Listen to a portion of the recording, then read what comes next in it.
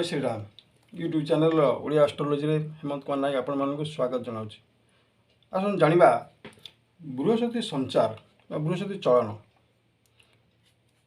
मेष 19 दिन इंग्राजी 2/5/2024 गुरुवार दिबा 18:20 लिता दिबा 12:41 समय बृहस्पति महाग्रह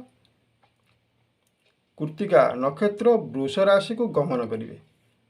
बृहस्पति शुभाशुभ मेष राशि रे वर्तमान बृहस्पति मेष राशि रे अवस्थान कर 2 तारीख को वृष राशि को गमन करेंगे कृत्तिका नक्षत्र। शुभाशुभ आम समय को जानी आलोचना करवा। शुभाशुभ बृहस्पति जीवे द्वितीय धनधारण भोगी सुतार्थ लाभ नवपंचमेशु जामित्रे संस्थे विपुलांच लक्ष्मी एकादशे सर्वशुभ भवत। बृहस्पति शुभाशुभ द्वितीय क्षेत्र में बर्तमान मेष राशि बृहस्पति वृष को गमन करेंगे। मेष राशि द्वितीय क्षेत्र बृहस्पति अवस्थान करेंगे।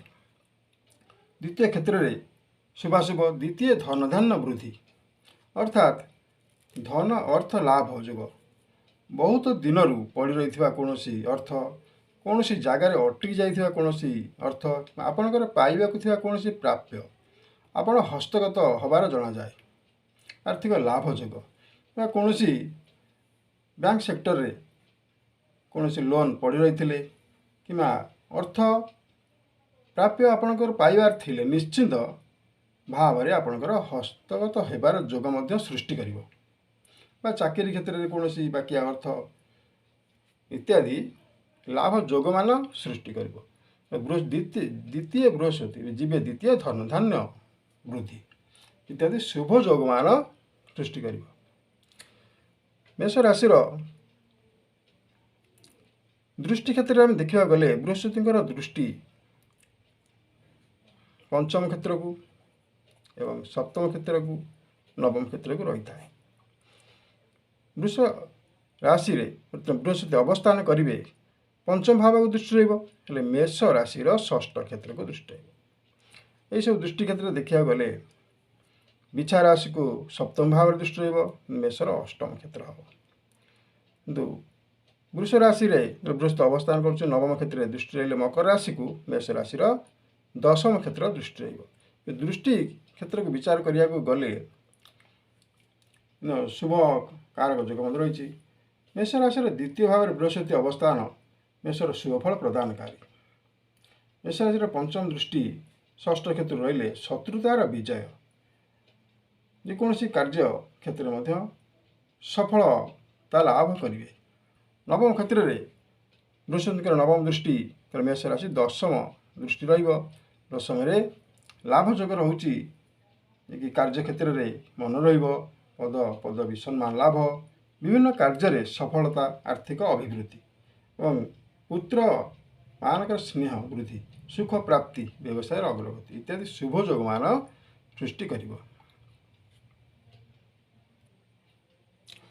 राशि चक्र जेकोसी राशि द्वितीय क्षेत्र में बृहस्पति अवस्थान करुले सुख शांति प्राप्तिर स्थान धन आगमर स्थान और स्नेह भावपूर्ण शांति सुख इत्यादि समृद्धि वृद्धि गृह मांगलिक कार्य देवगुरु बृहस्पति अनेक शुभ कार्य अग्रगति लाभ कर। शत्रुतार नियत जोग कर्म क्षेत्र सफलता संतान मानकर शिक्षा वृत्तिर अग्रगति उच्चतर शिक्षा एवं उन्नति क्षेत्र में विदेश शिक्षा अर्जन और व्यावसायिक क्षेत्र में अग्रगति सम्मान वृद्धि आर्थिक उन्नति एवं सद्गुण खुशी आनंद लाभ। सप्तम क्षेत्र में स्वामी स्त्री मध्य उत्तम बुझामणा और कर्म तत्परता इत्यादि शुभ जोग मान मेष राशि सृष्टि हबार अनुमान करा जाए। बर्तमान देखिए वृष राशि क्षेत्र में कि भाव फल प्रदान रही मेष राशि वृष को बृहस्पति गमन करुँच वृष राशि जन्म बृहस्पति जन्म युगांत पीड़ा जन्म राशि सुराचार्य राम राजा वनगत अर्थात जन्म बृहस्पति समय राम राजा हवा बदल वनगामी होते जन्म राशि सुराचार्य इत्यादि अशुभ जोग मान जना जाए। देवगुरु बृहस्पति जेहेतु समस्त गुरु ଦେବତାମାନଙ୍କର ରାକ୍ଷସମାନଙ୍କର ଇତ୍ୟାଦି ସମସ୍ତ ଗୁରୁ ସେ କେବେ କାହାରି ଅସୁବିଧାରେ ପକାନ୍ତି ନାହିଁ। ସମସ୍ତଙ୍କୁ ସମାନ ଭାବରେ କାର୍ଯ୍ୟରେ ଦେଖୁଥାନ୍ତି। କାର୍ଯ୍ୟରେ ଜନ୍ମ କ୍ଷେତ୍ରରେ ଜନ୍ମ ରାଶି ରହୁଛନ୍ତି ଅର୍ଥ ଚିନ୍ତା ସମୟ ଲାଗିପାରେ। ବ୍ୟବସାୟରେ ମଧ୍ୟ ଅସୁବିଧା ଜଣାଯିବ। ରାଜଭୟ, ସମ୍ମାନହାନି, ଯାତ୍ରା କ୍ଲେଶ, ପାରିବାରିକ ଅସନ୍ତୋଷ, ଦୂର ବିଦେଶ ଯାତ୍ରା, ଶୁଭ କାର୍ଯ୍ୟରେ ମଧ୍ୟ ବାଧା ଦେଖାଦେଇପାରେ। ଦେବଗୁରୁ ବୃହସ୍ପତି କାହାକୁ ଅସୁବିଧାରେ ପକାନ୍ତି ନାହିଁ, ବରଂ ସୁଧାରି ନିଅନ୍ତି। ଏହି ସମୟରେ ବିଭିନ୍ନ ଅବିବାହିତ କନ୍ୟାମାନଙ୍କର ମଧ୍ୟ ବିବାହ ଯୋଗ ଗୋଟେ ହୋଇଥାଏ ଏବଂ ଇତ୍ୟାଦି ଶୁଭ କର୍ମମାନ ମଧ୍ୟ ଗୃହରେ କରାଯାଇଥାଏ। ବୃଷ ରାଶିରେ ବୃହସ୍ପତି ଦୃଷ୍ଟି କ୍ଷେତ୍ରରେ ଦେଖିବାକୁ ଗଲେ ବୃଷ ରାଶି ଦୃଷ୍ଟି ପଞ୍ଚମ କ୍ଷେତ୍ରରେ କନ୍ୟା ରାଶିକି ରହୁଛି। ପଞ୍ଚମ କ୍ଷେତ୍ରରେ ଦୃଷ୍ଟି କନ୍ୟା ରାଶି ରହୁଛି। କନ୍ୟା ରାଶି ହେଲେ ପଞ୍ଚମ କ୍ଷେତ୍ର ଦୃଷ୍ଟି ପିଲାମାନଙ୍କର ବିଦ୍ୟା ବୃଦ୍ଧି ଜ୍ଞାନ କ୍ଷେତ୍ରରେ। ଯଦିଓ କେତୁ ଅବସ୍ଥାନ କରୁଛନ୍ତି, କେତୁ ଦେବଗୁରୁ ବୃହସ୍ପତିଙ୍କର ଶିଷ୍ୟ ହେଲେ ସେ କୌଣସି ପ୍ରକାର ଅସୁବିଧା ସୃଷ୍ଟି କରିପାରିବେ ନାହିଁ। ପିଲାମାନଙ୍କର ବିଦ୍ୟା ବୃଦ୍ଧି କ୍ଷେତ୍ରରେ ଅଗ୍ରଗତି ଲାଭ କରିବେ। ବୃଷ ରାଶିର ସପ୍ତମ କ୍ଷେତ୍ରରେ ଦୃଷ୍ଟି ରହୁଛି ଇଚ୍ଛା ରାଶିକୁ। ସପ୍ତମ ଦୃଷ୍ଟି ସ୍ୱାମୀ ସ୍ତ୍ରୀଙ୍କ ମଧ୍ୟରେ ଉତ୍ତମ ବୁଝାମଣା, ପାରିବାରିକ ସ୍ନେହ ଶ୍ରଦ୍ଧା ଇତ୍ୟାଦି ଶୁଭ କାର୍ଯ୍ୟମାନ ସମ୍ପାଦନର ମଧ୍ୟ ଯୋଗ ରହିଛି। ନବମ କ୍ଷେତ୍ରରେ ଦୃଷ୍ଟି ଭାଗ୍ୟ କ୍ଷେତ୍ରକୁ। ନବମ କ୍ଷେତ୍ରରେ ଦୃଷ୍ଟି ରହୁଛି ମକର ଗୃହକୁ। ଉକ୍ତ କ୍ଷେତ୍ରରେ ନବମ ଦୃଷ୍ଟି ବୃହସ୍ପତିଙ୍କର। ବୃଷ ରାଶିର ନବମ ହେଲା ଭାଗ୍ୟ କ୍ଷେତ୍ର। ଉକ୍ତ କ୍ଷେତ୍ରରେ ଭାଗ୍ୟର ଅଗ୍ରଗତି ଲାଭ ଯୋଗ।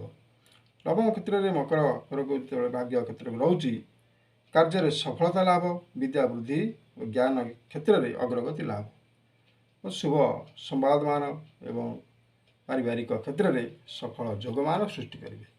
ଆମେ ବୃହସ୍ପତି ସଞ୍ଚାର କ୍ଷେତ୍ରରେ ଆମେ ମେଷ ଏବଂ ବୃଷ ରାଶି ବିଷୟରେ ଆମେ ସମ୍ୟକ ଆଲୋଚନାଟି କଲେ। କିଭଳି ଭାବରେ ବୃହସ୍ପତି ସଞ୍ଚାର ସମୟରେ ମେଷ ରାଶି ଏବଂ ବୃଷ ରାଶିଙ୍କର ହେବ। ବୃହସ୍ପତି ଅଶୁଭତ୍ୱ ଯଦି ଫଳ ପ୍ରଦାନ କରୁଥାନ୍ତି, ତାହେଲେ ଦାନ ଧର୍ମ ମଧ୍ୟ କିଛି ରହିଛି। ଅଶୁଭତ୍ୱ ଦୂର ହେବା ପାଇଁ ଗ୍ରହ ବିପ୍ରଙ୍କୁ ଦାନ, ଅନ୍ନଦାନ ଏବଂ ଟଙ୍କା ପଇସା ଇତ୍ୟାଦି ଦାନ, ଭୋଜନ ଇତ୍ୟାଦି ଦାନ କରି ଶୁଭତ୍ୱ ଫଳ ପ୍ରଦାନ ହୋଇଥାଏ। ବୃହସ୍ପତିଙ୍କର ଶୁଭ ଅଶୁଭ ବିଷୟରେ ଆମେ ସମୀକ୍ଷା ଆଲୋଚନାଟି କଲେ। ଉକ୍ତ ଆଲୋଚନା ଆପଣମାନଙ୍କୁ ଭଲ ଲାଗିଥିଲେ ଭିଡ଼ିଓ ଲାଇକ୍ କରିବେ, ସେୟାର କରିବେ ଏବଂ ସବସ୍କ୍ରାଇବ୍ ମଧ୍ୟ କରିବେ। ଜୟ ଜଗନ୍ନାଥ।